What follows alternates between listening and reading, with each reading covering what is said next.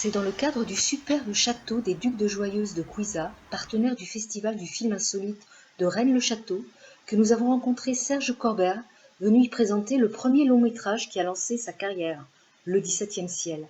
Il revient en quelques mots sur sa carrière, ce film et ses projets. Mon nom est Serge Corbert, je suis réalisateur de films et auteur de mes scénarios.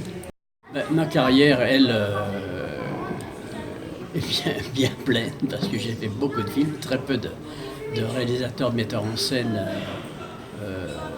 peuvent en dire autant. J'ai fait 70 films et avec une grande liberté, j'ai fait un petit peu ce que j'avais envie de faire. Je suis passé de la comédie au film dramatique et je n'ai jamais fait deux fois la même chose.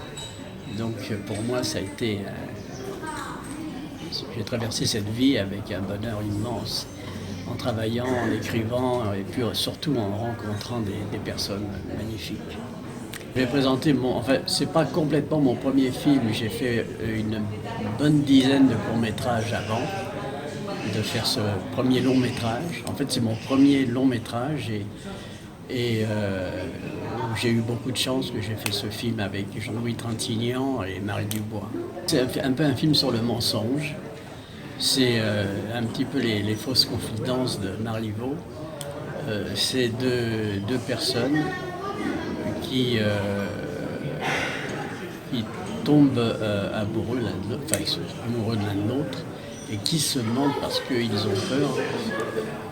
En fait, le personnage principal, qui est Jean-Louis Trintignant, qui est laveur de carreaux, découvre au travers d'une fenêtre qu'il est en train de nettoyer une jeune femme. C'est un peu un coup de foudre.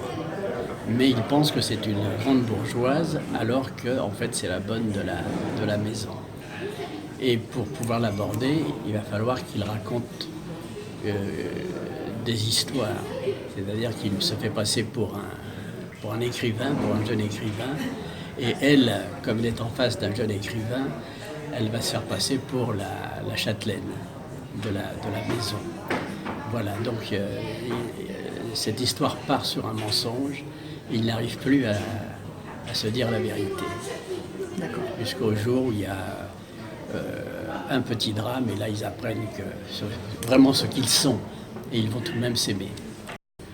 Là je travaille en ce moment sur un projet de documentaire sur la musique, les musiques qui ont été écrites dans les camps de concentration.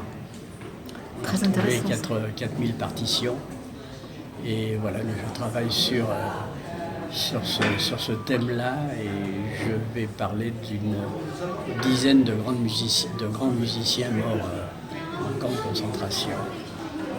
Voilà, c'est un film que je fais pour Arte.